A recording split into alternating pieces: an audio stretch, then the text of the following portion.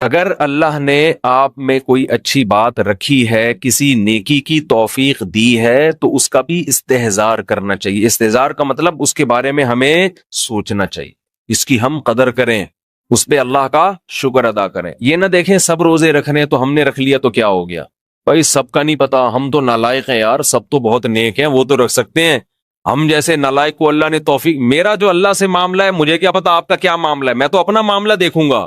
تو ہمارے نبی اپنے آپ کو موٹیویٹ کیسے کرتے تھے؟ رہب وما، پیاس چلی گئی، وابتلت العروق، رگیں تر ہو گئیں، وثبت الاجر انشاء اللہ، اور اللہ نے چاہا تو اجر ہمارے اعمال میں لکھ دیا گیا، اجر لکھ دیا گیا ہے۔ تو اس سے انسان کو اگلے دن دوبارہ روزہ رکھنے کا حوصلہ ملتا ہے۔ اور گناہ میں الٹا، تھوڑی دیر کی لذت، یہاں سے بات شروع ہوئی تھی کہ جوانی میں بھی یہ لذتیں اگر آپ نے کنٹرول نہیں کیا نا تو بڑھاپے میں یہ لذتیں بڑھیں گی، مگر گناہ کرنے کی طاقت کیا ہو جائے گی؟ ختم۔ تو حسرت، افسوس، ٹینشن والی زندگی۔ تو اس لیے جوانی میں اپنے آپ کو نیکی کا عادی بنا لو، اس سے بڑھاپا بڑا خاندانی گزرے گا، اللہ اللہ کی بڑھاپے میں توفیق ملے گی۔ جوانی میں تسبیح کی عادت ڈال لو، سمجھتے ہو؟ نہیں آ رہی سمجھ میں؟ جوانی میں کیا عادت ڈال لو؟ تسبیح کی۔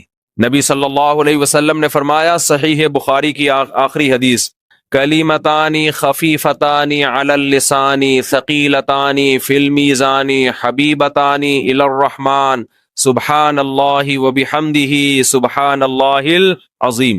دو کلمات زبان پہ بہت ہلکے، ترازو میں بہت بھاری، اور رحمان کو بہت محبوب۔ ایک سبحان اللہ وبحمدہ، دوسرا سبحان اللہ العظیم۔ یہ آپ نے اگر جوانی میں اپنے آپ کو ذکر کا عادی بنا دیا، بڑھاپا بڑا اچھا گزرے گا۔ ہماری مسجد میں ایک بزرگ ہیں، پابندی سے تراویح پڑھتے ہیں، آج فجر میں پتا چلا کہ روزانہ 20 پارے تلاوت کا معمول ہے۔ میرا خیال ہے 70 سال عمر تو ہوگی، 70 سال میں روزانہ کتنے پارے پڑھ رہے ہیں؟ 20۔ کیا یہ عادت انہوں نے بڑھاپے میں ڈالی ہے؟ بڑھاپے میں اتنی ہمت نہیں ہوتی، یہ عادت کب سے پڑی ہوئی ہوتی ہے؟ جوانی میں روز 20 نہیں پڑھتے ہوں گے، 2 پڑھتے ہوں گے، 3 پڑھتے ہوں گے، لیکن جیسے جیسے عمر بڑھ رہی ہے وہ تعداد کم ہونے کے بجائے، بولو، وہ شوق بڑھتا چلا جا رہا ہے۔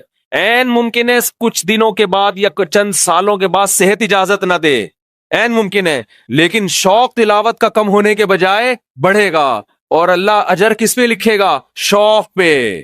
حدیث میں آتا ہے کسی کا کوئی معمول تھا، صحت خراب ہونے کی وجہ سے معمول چھوٹ گیا تو اللہ اس کے اعمال میں وہ نیکی لکھتے رہتے ہیں۔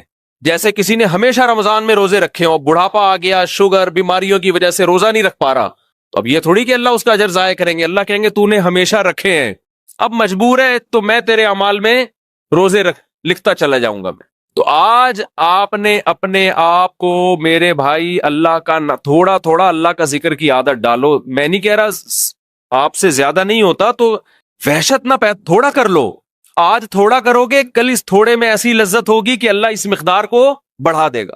حدیث میں آتا ہے سبحان اللہ والحمد للہ ولا الہ الا اللہ واللہ اکبر، یہ کلمات احب الی اللہ مما طلعت الشمس، او کما قال صلی اللہ علیہ وسلم۔ سورج جن چیزوں پہ طلوع ہوتا ہے، ظاہر ہے سورج تو پوری دنیا پہ طلوع ہوتا ہے، ان تمام چیزوں میں اللہ کو سب سے زیادہ محبوب یہ کلمات ہے۔ اور دیکھو اس میں اللہ کا کوئی فائدہ نہیں ہے، اللہ کی آپ حمد و ثنا کریں، اللہ کا کوئی فائدہ نہیں ہے۔ اللہ یہ چاہتے ہیں میرے بندے اپنی زبان سے میرا نام لیا کریں، اللہ کو اس بات کی خوشی ہوتی ہے۔ ہمارے حضرت ایک شعر پڑھا کرتے تھے، یہ جو اہل اللہ ہوتے ہیں نا، ان کو ذکر کی بڑی عادت پڑ جاتی ہے، بار بار اللہ کا نام لیتے لیتے نا، شروع میں تو انسان کو عادت نہیں ہوتی، جب نام لیتا ہے بار بار ذکر، تو پھر اس کا ٹائم اللہ کے ذکر کے بغیر پاس نہیں ہوتا، پھر اس کو ایک کمی محسوس ہوتی ہے۔ کسی کو چائے کی عادت پڑ جائے، چرس کی عادت پڑ جائے، سگریٹ کی عادت پڑ جائے، نہیں ملے تو تڑپتا ہے نا۔ تو جس کو ذکر کی عادت پڑتی ہے نا، اس کو جب ذکر کا ٹائم نہ ملے تو اس کا دل پریشان ہوتا، اس کو اللہ کے نام میں ایک چسکا آنے لگتا ہے۔ لیکن یہ پہلے دن نہیں ہوگا، عادت ڈالنی پڑے گی۔ تو روز آنا اس کا معمول بنا لیں، 100 دفعہ صبح، 100 دفعہ شام، تسبیح کا معمول بنا لیں۔ اس سے کیا ہوگا؟ ابھی شاید دل نہ لگے آپ کا، لیکن جیسے جیسے عمر بڑھے گی اللہ کے نام کا چسکا لگنا شروع ہو جائے، بڑھاپا بہت اچھا گزرے گا، اللہ کو یاد کر کے گزرے گا۔ کھوپڑی شریف میں بات آ رہی ہے کہ نہیں آ رہی؟ اور اگر ہر وقت دنیا کے تذکرے کرتے رہے نا، ہر وقت ویڈیو گیم لے کے بیٹھے ہوئے، پب جی کھیل رہے ہیں، سانپ والا تو سانپ والا ختم ہو گیا، اب آ رہا ہے سانپ والا، نوکیا میں آتا تھا سانپ لمبا ہوتا جا رہا ہے، اس کو پتہ نہیں فضول ٹائم ویسٹ کر رہے ہو۔ ہم پریشان ہوتے ہیں یار، ہمارے پاس کاموں کو نمٹانے کا ٹائم نہیں ملتا، ہم تو چاہ رہے کاش یہ دن 24 گھنٹے کے بجائے 48 گھنٹے کا ہو جائے، اور لوگ کیا کر رہے ہیں کہ وہ باقاعدہ ارادہ کر کے ضائع کر رہے ہیں ٹائم۔ ہمارے تو کام نہیں نمٹتے، جب ہم رات کو سونے کے لیے لیٹتے ہیں تو کہتے ہیں یار آج کا دن بھی گزر گیا اور کام ویسے کے ویسے ہی، اور ادھر باقاعدہ ارادہ کر کے جو ہے نا ٹائم ضائع کیا جا رہا ہے کہ چلو ٹائم ویسٹ کرتے ہیں۔ ایسی چیز میں ٹائم گزر جائے نا جو ذہنی تفریح کا ذریعہ بنے تو بھی ٹھیک ہے، گپ شپ لگا لو دوستوں کے ساتھ بیٹھ کر، یہ کیا ہے یار دماغ کو خام خا کا تھکا رہے ہو بیٹھ کے۔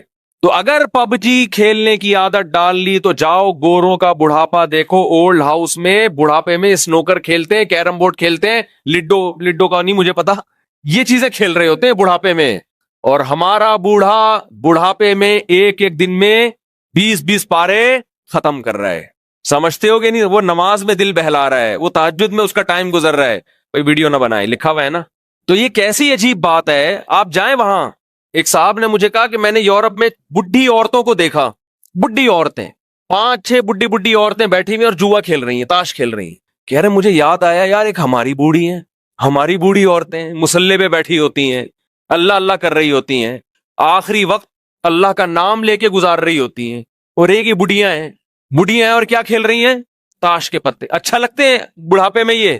ہمارے بوڑھے کو دیکھو، آدمی کا دل چاہتا ہے اس سے دعا کروائے کہ بابا جی میرے بھی سر پہ ہاتھ رکھ لو۔ جو تاش کھیل رہی ہو بیٹھ کے اس بڈھی سے دل چاہے گا؟ اسے تو آدمی نصیحت کرے گا کچھ اور کر لے، تھوڑے دنوں میں اتنا راشا آئے گا نا ہاتھوں میں، تھوڑے دنوں میں کہ ایک پتے کے بجائے 2 گر رہے ہوں گے، 2 پتے ایک ساتھ گر رہے ہوں گے۔ تو اس لیے کارآمد بنا لو، کچھ تھوڑا بہت اللہ کا نام لے لیا کرو، تمام دوائیں بچوں کی پہنچ سے دور رکھو۔